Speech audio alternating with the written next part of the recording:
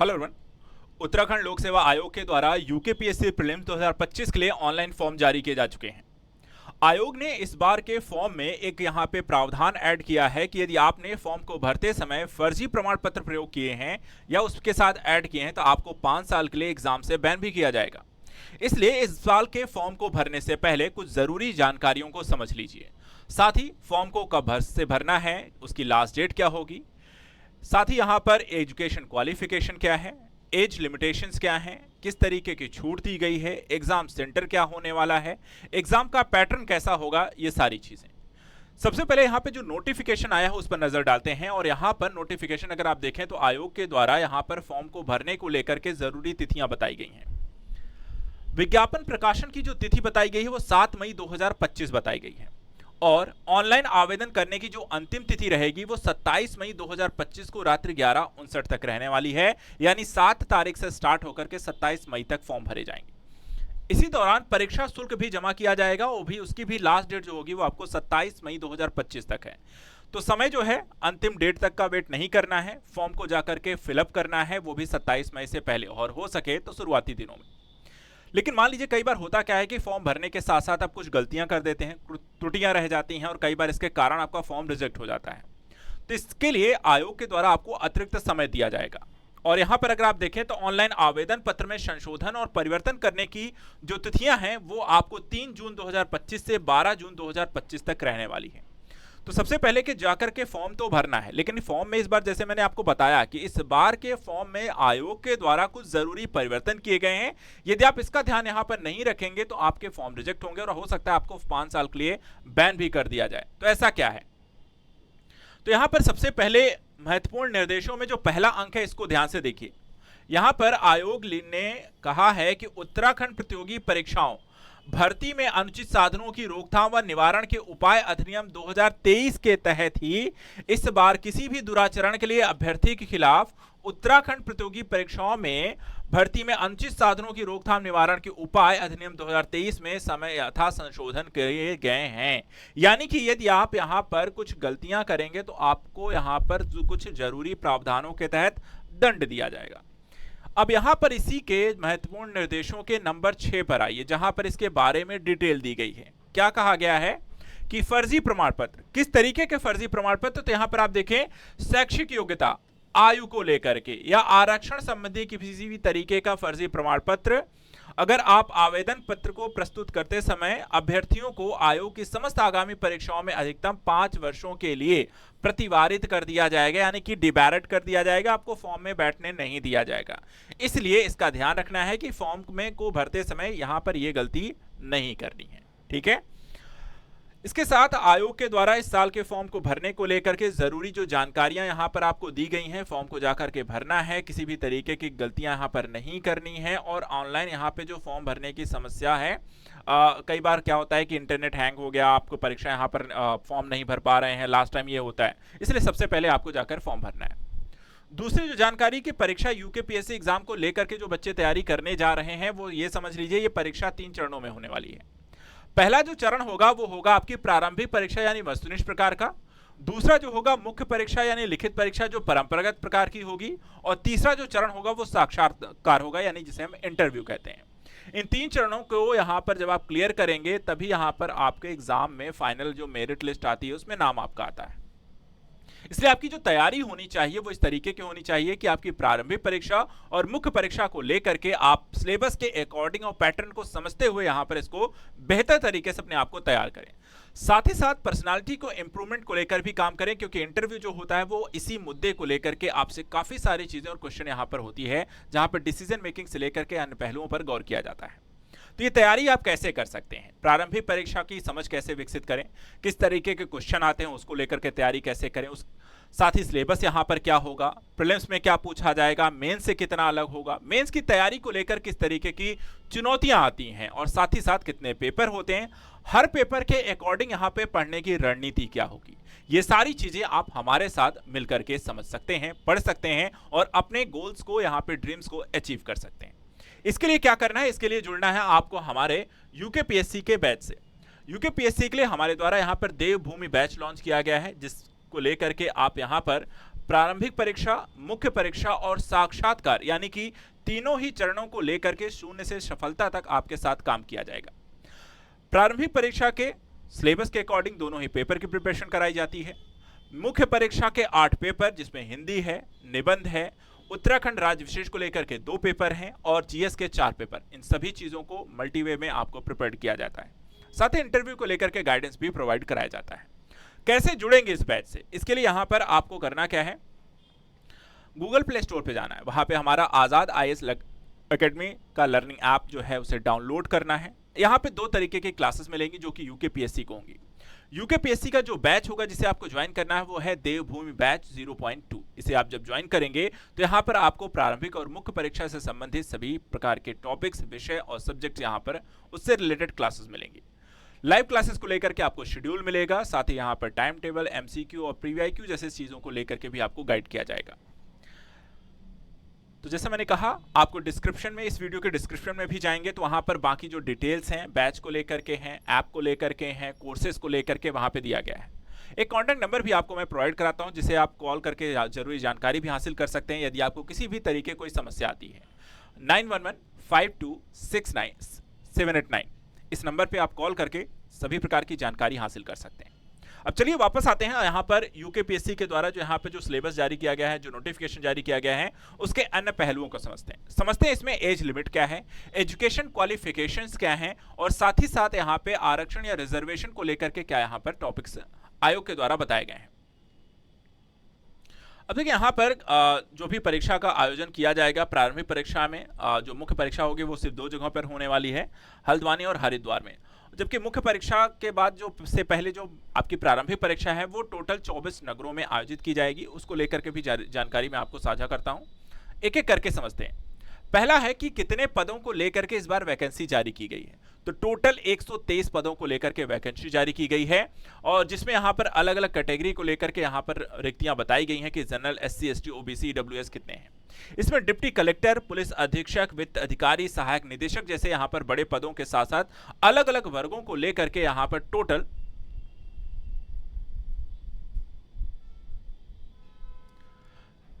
24 यहाँ पर वैकेंसी अलग अलग पदों को लेकर के जारी की गई है। टोटल वैकेंसी अगर हम बात करें 123 हैं, जनरल के लिए 80 हैं, बाकी यहाँ पर ओबीसी, एससी, एसटी और अन्य वर्गों के लिए 16, 3, 15 और 9 हैं।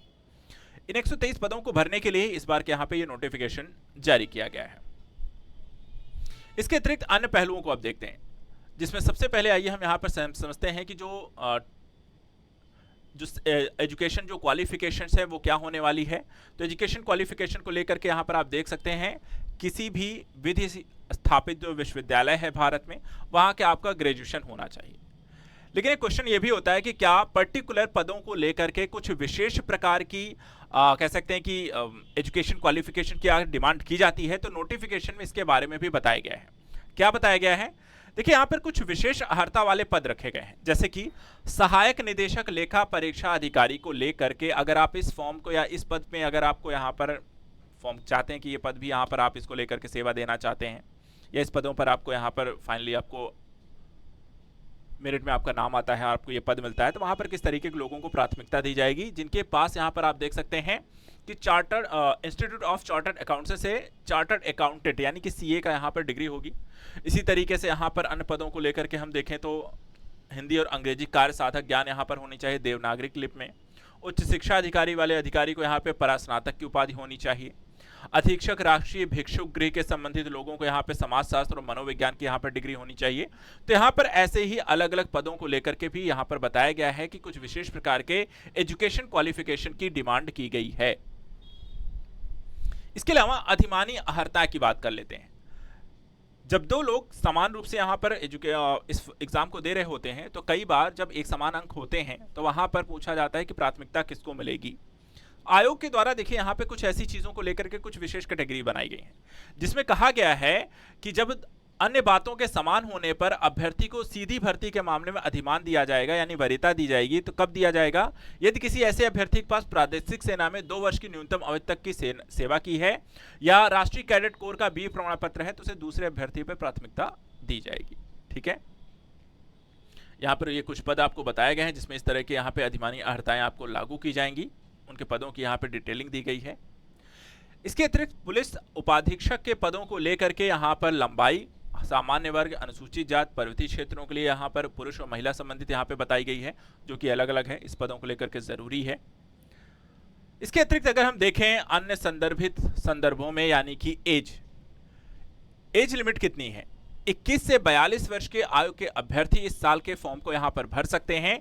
और साथ ही यहां पर देखिए जो आयु की जो गणना होती है उसके बारे में भी जानकारी नोटिफिकेशन में दिया गया है।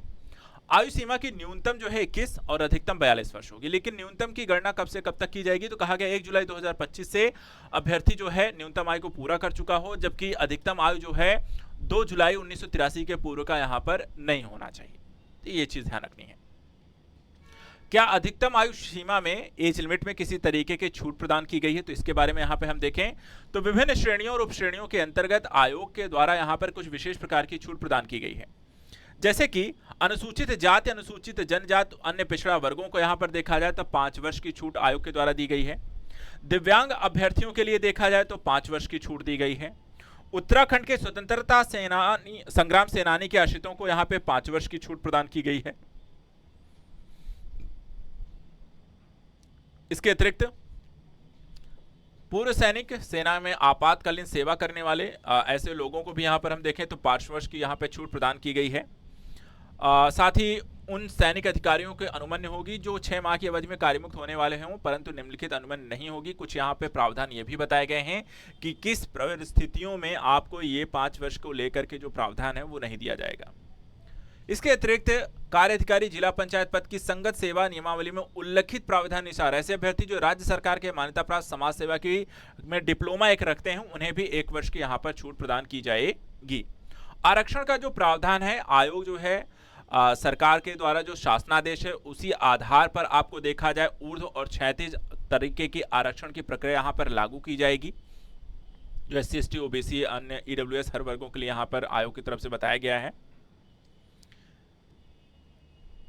इसके अलावा अगर हम देखें अन्य जो पहलू हैं फॉर्म को भरने को लेकर के जो जरूरी जानकारी यहाँ पर आपको बताई गई हैं उसको भी मैं आपको समझा देता हूँ, ताकि फॉर्म को भरते समय किसी तरीके की गलती यहाँ पर आप ना करें। एक चीज़ और इसमें यहाँ पर देखिए, ध्यान दीजिएगा, ऑनलाइन आवेदन करने को लेकर के एक अपना एक प्रोसीजर है और उसी प्रोसीजर के अनुसार यहाँ पे फॉर्म भरना है। तो ऑनलाइन अप्लाई कहाँ करेंगे, इसके लिए आपको जाना है pscuk.net.in पर या pscuk.in पर जाने के बाद हाउ टू अप्लाई इस पेज पर जाइए। एडवर्टाइजमेंट डिटेल्स, इंपॉर्टेंट डेट्स और इंस्ट्रक्शंस को फिलिंग करने को लेकर एक ऑनलाइन एप्लीकेशन आपके सामने होगा, उसमें यहाँ पे अप्लाई नाउ करके रजिस्ट्रेशन करें, लॉगिन है तो पासवर्ड और सबमिट्स बाकी सारी चीज़ें करें। जो जानकारी वहाँ पर आपसे मांगी जाए, चाहे वो आपकी नेम, एज, अन्य तरीके की जानकारियाँ, प्रमाण पत्र हो गई, फोटोज़ हो गई, फिर फीस डिपॉजिट करने का, तो वो क्रमबद्ध तरीके से आपके समझ सारी चीज़ें आती रहेंगी। तो फॉर्म को किस तरीके से भरना है वो सारी यहाँ पर डिटेल आपको दी गई है। फॉर्म को यहाँ पर भरना है, उसी प्रोसेस के अनुसार करना है। और इसके लिए आपको कहाँ विजिट करना है, psc.uk.net.in पर। इसके अतिरिक्त यहाँ पर अन्य जरूरी जानकारियों में आपको एक चीज़ और मैं बता देता हूँ। फॉर्म को भरने के बाद आपको इस फॉर्म से संबंधित ज़रूरी जो जानकारियाँ हैं कि जो फीस यहाँ पर रहने वाली है वो अलग अलग वर्गों के लिए अलग यहाँ पर है, तो उसको ध्यान रखना है। उसके अनुसार यहाँ पर आपके फॉर्म को फिलअप किया जाएगा। परीक्षा को लेकर के देखिए, जो प्रारंभिक परीक्षा है, क्योंकि सबसे पहले प्रारंभिक परीक्षा के ही फॉर्म भरे जा रहे हैं, तो वहाँ पर उससे संबंधित आयोग की तरफ से कुछ ज़रूरी दिशा निर्देश दिए गए हैं। पहला, प्रारंभिक परीक्षा एक छटनी परीक्षा है, यानी कि स्क्रीनिंग परीक्षा होती है जिसके मुख्य परीक्षा या साक्षात्कार में अंक नहीं जोड़े जाते हैं।